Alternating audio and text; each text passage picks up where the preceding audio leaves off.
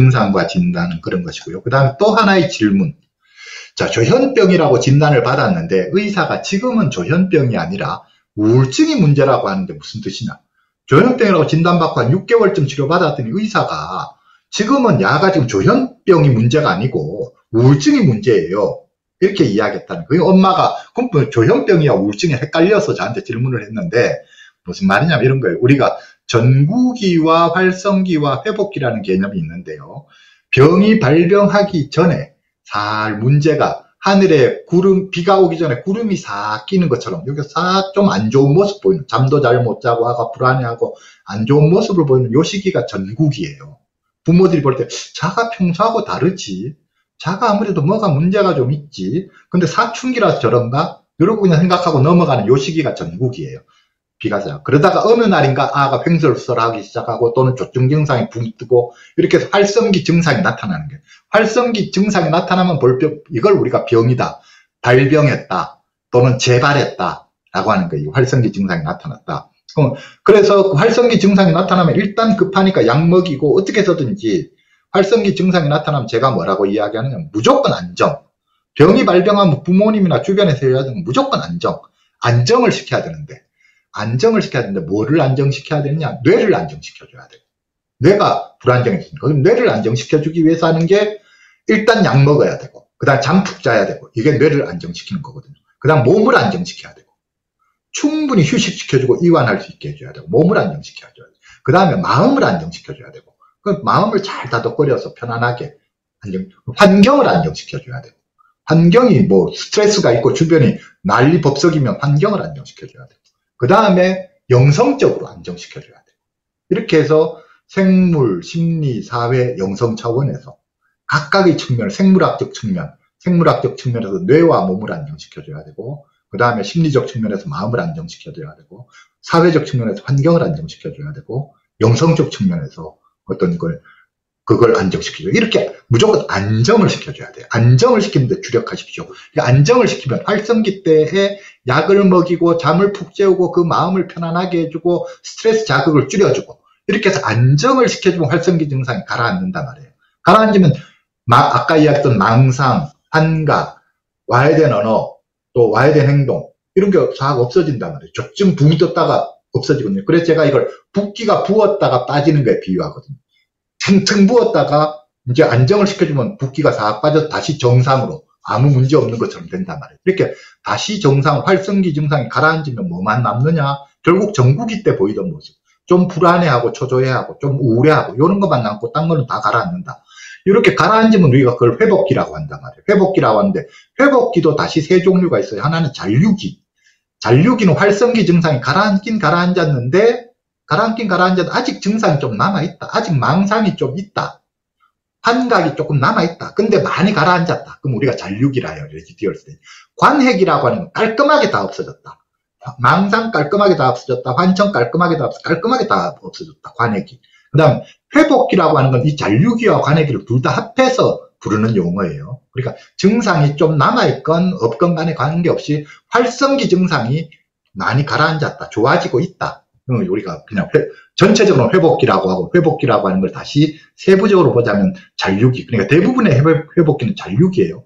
관핵기는 증상이 하나도 없다. 깔끔하다.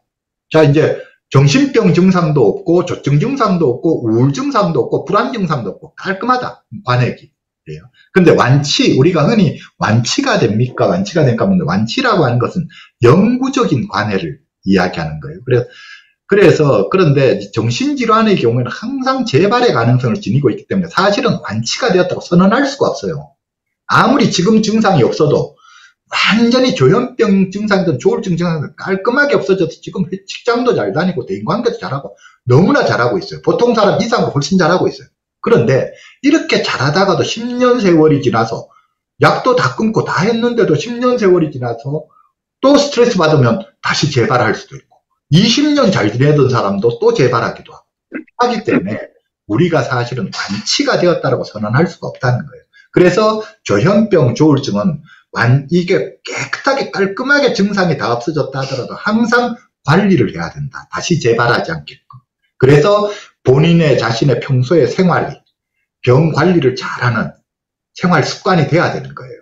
생활 습관이 돼야 되고 늘 재발의 가능성을 염두에 두고 재발하지 않게끔 우리가 하는, 그래서 우리가 약을 먹는 이유도 깔끔하게 증상이 다 없어졌는데 왜 계속 약을 먹느냐, 예방약으로 먹는 거예요. 약을 먹어주기 때문에 증상이 가라앉는 거를 약을 떼버리면 증상 다시 재발하죠. 자, 제가 안경 쓰고 있으니까 지금 잘 보인단 말이에요. 안경 벗어버리면 다시 안 보이는 거죠. 약 먹고 있으니까, 안경 쓴 것처럼 약 먹고 있으니까 지금 잘 지내다가 난 지금 눈에 잘 보이니까 나 안경 벗을래. 벗으면 안 보이거든요. 약 떼면 당연히 재발하는 거죠. 똑같은데 고혈압 우리가 있다. 고혈압 환자가, 저도 고혈압이 있어서 혈압이 150 올라가고 160 올라가고 해서 혈압약을 몇 년째 먹었더니 혈압이 다시 80에서 120 정상으로 돌아온 거예요. 그럼 제가 지금 혈압이 80에서 120 정상으로 돌아왔다 해서 나 이제 혈압이 정상으로 돌아와서 혈압약 안 먹을래. 빼버리면 다시 혈압은 140, 150 올라가는 거죠. 이게 약을 먹고 있어서 80에 120이 된 건데 이거를 정상으로 돌아왔다 하면 안 되는 거예요. 그래서 우리가 이런 원리를 모르기 때문에 우리가 환자들이 자꾸만 약을 떼고, 부모들도 애 멀쩡해졌다고 처음에 초발했을 때는 이제 약 안 먹어도 되겠다 생각하시고 하는데 그거 아니라는 거예요. 약을 먹는 건, 이쪽에서 먹는 약은 치료제가 아니에요. 약 먹어서 몇 달을 먹었다, 몇 년을 먹었다, 증상이 없어졌다 해서 치료가 된 게 아니에요. 치료가 된 게 아니라 약이 들어가 증상을 눌러줬다. 증상을 눌러줬는데 증상을 눌러주니까 지금 증상이 없는 건데, 약 떼버리면 증상은 다시 올라오죠. 약 떼버리면 석 달에서 넉 달 내에 보통은 재발해요. 1년 내 재발률이 80%예요. 2년 내 재발률이 90%고. 그러니까 약 먹어야 된다 하는 거예요. 그 약을 왜 먹어야 되는지 이 이야기는 뒤에 다시 할게요. 완치를 이야기하니까 제가 나온 말이에요. 그래서 우리가 완치를 목표로 하면 안 된다 하는 거예요. 완치를 목표로 하는 게 아니라 병의 증상을 잘 관리하면서 내 생활을 잘하는 거.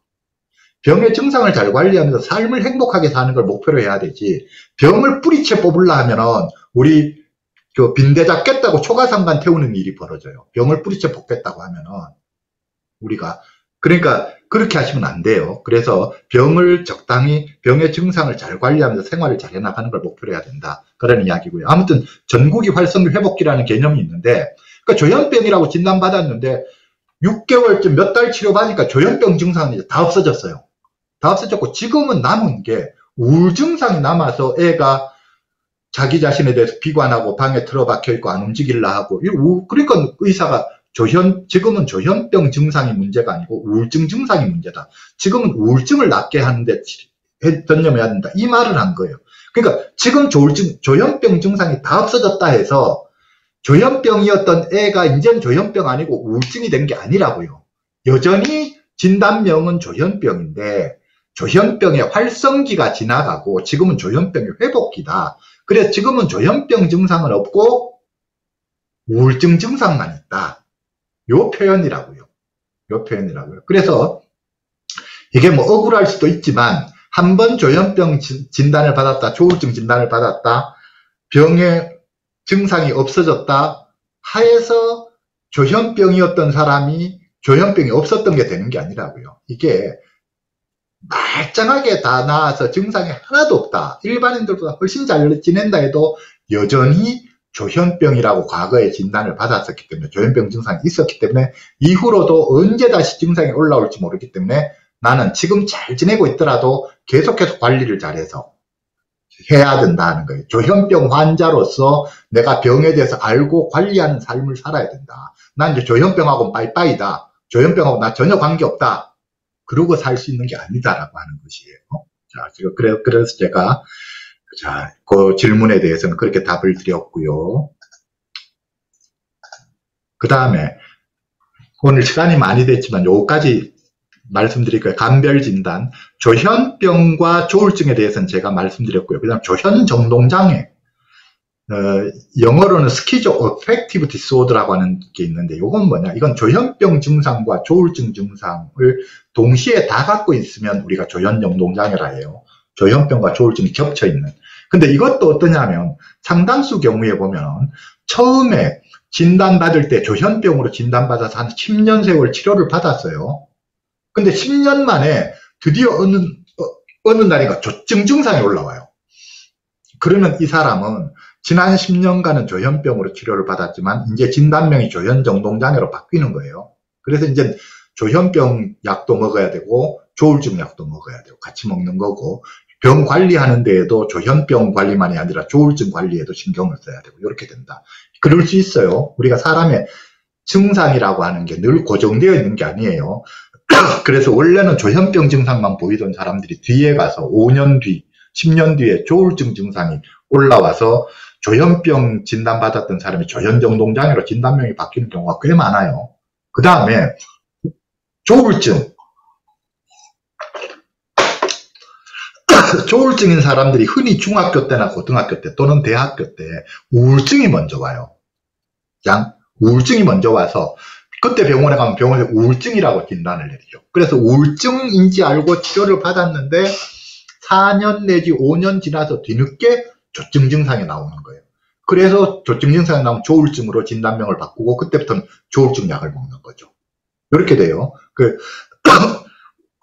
우리 조울증인데 잘못 진단받아서 우울증으로 알고 우울증 약을 먹으면 병이 낫는 게 아니라 병이 오히려 심해져요. 증상이 더 자주 나타나고, 그러니까 재발이 더 자주 되고 조증사파나 우울사파가 더 자주 오고 정도가 더 심해지고 이렇게 돼요. 그래서 조울증, 우울증을 잘 감별 진단하는 건 필요한데, 전체 조울증 환자의 약 40에서 50%가, 약 절반 가까이가 처음에 우울증으로 진단받았다가 나중에 몇 년 지나서 조울증으로 진단명이 바뀌어요. 그렇다는 걸 아셔야 돼요. 그 다음에 조현병도 처음에 병이 올 때 우울증부터 병이 오는 친구들이 꽤 있어요. 처음에 중학교 때, 고등학교 때 병원 데려갔던 우울증입니다 해서 우울증 치료를 받았는데 나중에 뒤늦게 환청이 들리고 망상이 생기고 해서 조현병으로 진단명 바뀌는 경우 있어요. 요런 거예요. 그래서 진단이라고 하는 건 그런 겁니다. 그래서 조현병, 조울증은 정식 진단명칭은 양극성 장애고요. 그 다음에 조현정동 장애 있습니다. 그 다음 요런 세 종류. 제가 주로 지금 관심을 가지고 치료하는 게 요 문제죠. 제가 상담해주고 또 가족 교육하고 하는 게 요 문제고요. 그 다음에 또 조현병하고 망상장애 가는 게 있어요. 망상장애는 딱 누가 자기를 미행한다, 자기 집을 감시한다, 이런 피해 망상이라든지 또는 색정망상, 색정망상의 가장 대표적인 건 의부증, 의처증, 또는 뭐 누가 뇌를 좋아한다, 또는 저 사람이 바람을 피운다, 등등 이런 것인데, 또는 이제 망상장애 흔히 많은 게 동업관계 같은 데에서 동업자가 사기를 친다, 자기를 속인다. 이래서 금전적으로 누가 자기를 속인다 해서 이거 뭐 법원에다가 고소 고발하고 하는 이런 경우에도 망상장애가 많아요. 망상장애가 있는 사람은 흔히 경찰서나 법원 근처에서 많이 논다. 다른 사람 고소고발하고 이런 게 많다.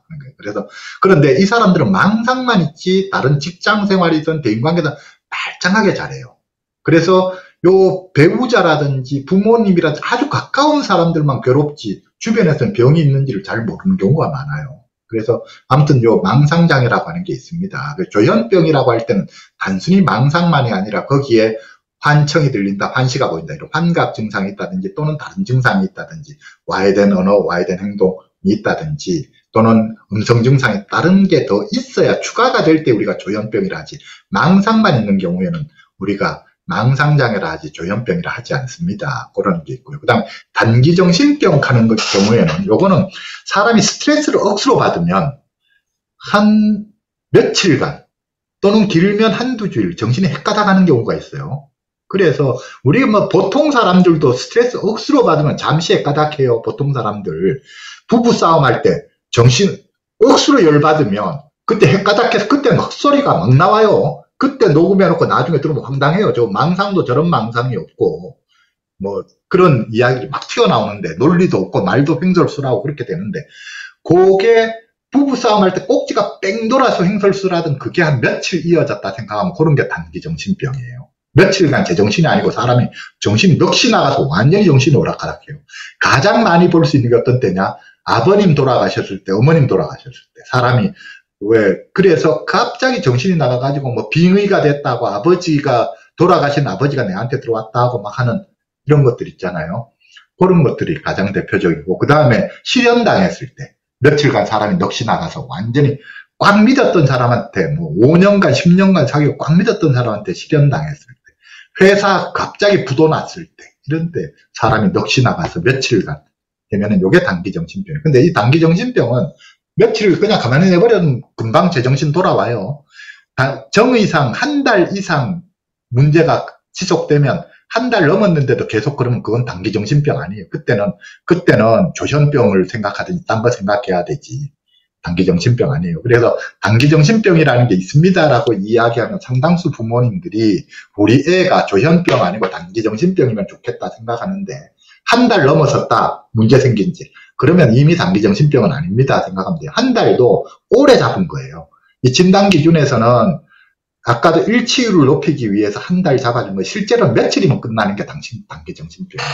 그 다음에 조울증, 양극성 장애에서는 잘 구분해야 되는 게 아까 1형, 2형 순환성 장애.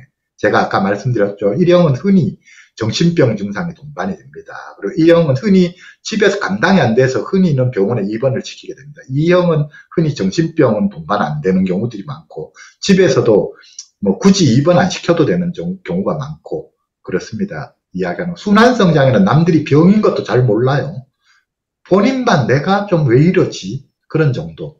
그래서 꾸역꾸역 세상살이를 해나가는 거죠. 그 다음에 조울증하고 우울증 잘 구분해야 됩니다. 양극성, 조울증은 정신명칭이 양극성 장애고 우울증은 정신명칭이 주요 우울장애예요.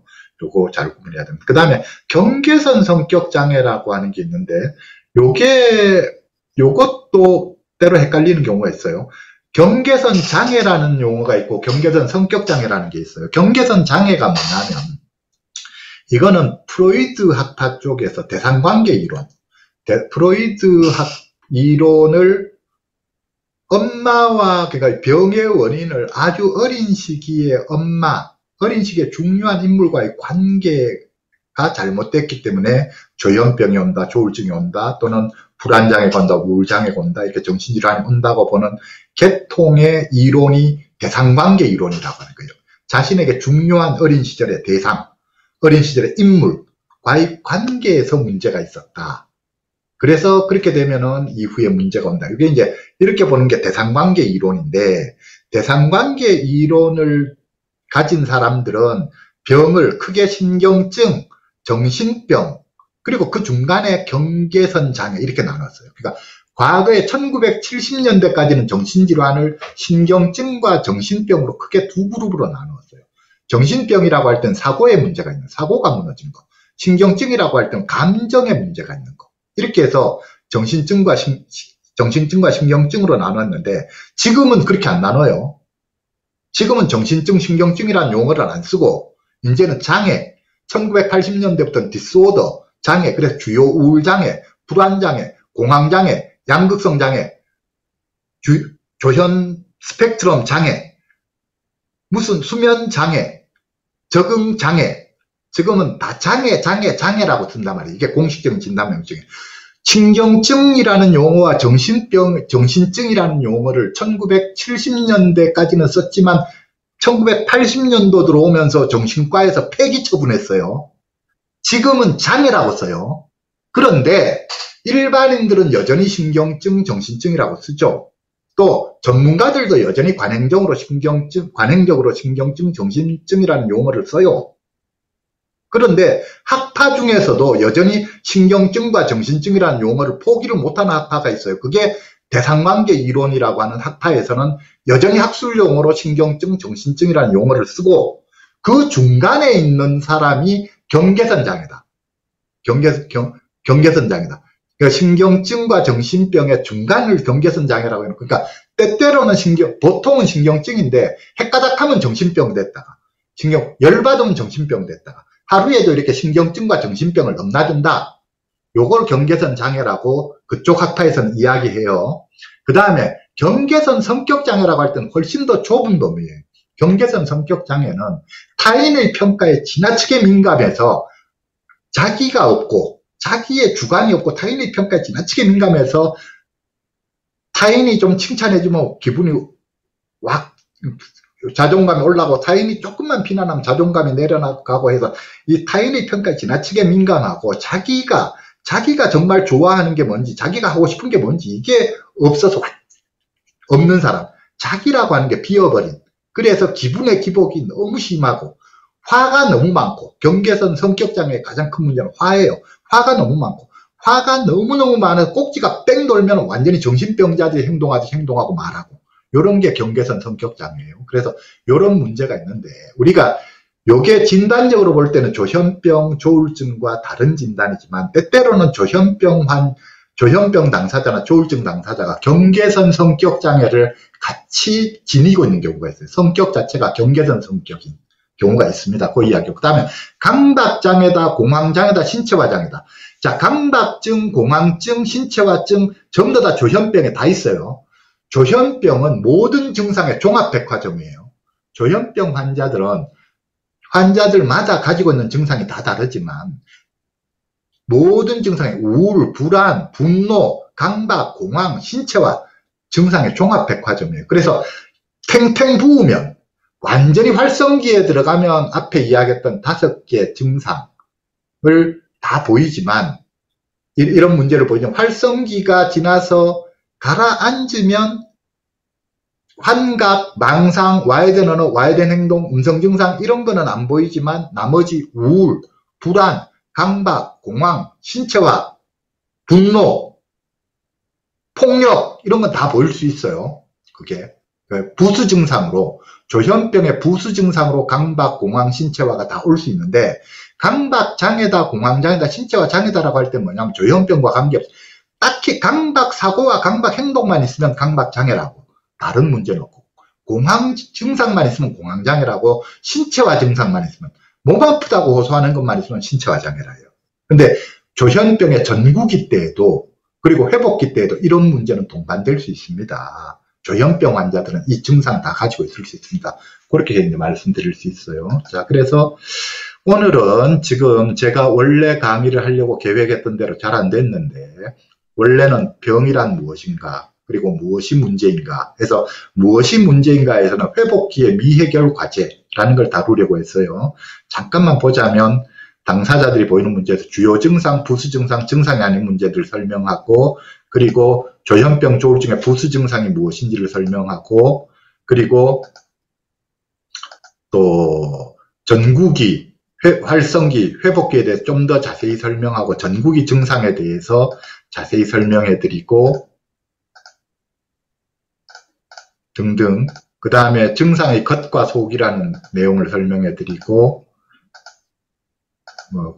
그런 식으로 이제 설명을 해드리려고 했는데, 오늘은 요거 강의를 못했으니까 다음 주에 강의를 하도록 할게요. 그리고 오늘은 또 원래는 질의응답을 받아야 되는데, 오늘은 제가 줌으로 하는 첫 강의다 보니까, 저도 강의를 해보니까 아직 현장에서 교육할 때하고 줌으로 할 때하고 이 차별화를 못 시키고 제가 있는 것 같아요. 줌으로 할 때는 강의를 좀 한 30분 강의 정도로 해서 잘라주고, 그 다음에 질의응답하고 또 30분 강의하고 질의응답하고, 이렇게 해야 집중하시기가 좋고 하시기가 좋을 텐데, 제가 아직 줌 강의가 처음이다 보니까 적응이 안 돼서 오늘은 강의를 좀 장황하게 했는데, 이후에는 조금 줌으로 들으시는 분들이 들으시기 수월하게 강의를 한 30분 단위로 잘라서 하도록 그렇게 하겠습니다. 그리고 오늘은 제가 강의만 하느라고 질의응답을 못 받았는데, 다음번부터는 질의응답도 받도록 그렇게 하겠습니다. 그래서 자, 이제 마무리를 하자면, 오늘 다룬 내용이 가장 중요한 질문 16가지 중에서 병이란 무엇인가를 다루었고요. 다음 시간에는 무엇이 문제인가, 그리고 이어서 원인이 무엇인가, 경과는 어떠한가, 요거를 다음 시간에 다루도록 하겠습니다. 그리고 오늘 제가 간단히 하나만 안내를 해드리자면, 제가 지금 줌 수업은 오늘 이제 처음 시작되는 거고요. 줌 모임을 하고 있는 게 있는데, 당사자 줌 모임은 매주 토요일 저녁 7시 반부터 9시 반까지 연중 무휴로 합니다. 요거는 매달 1인당 월 10만원으로 등록을 받고 있고요. 가족 줌 모임이 있습니다. 요거는 매주 일요일 오후 1시 반부터 3시 반까지 있고, 요것도 연중 무휴로 합니다.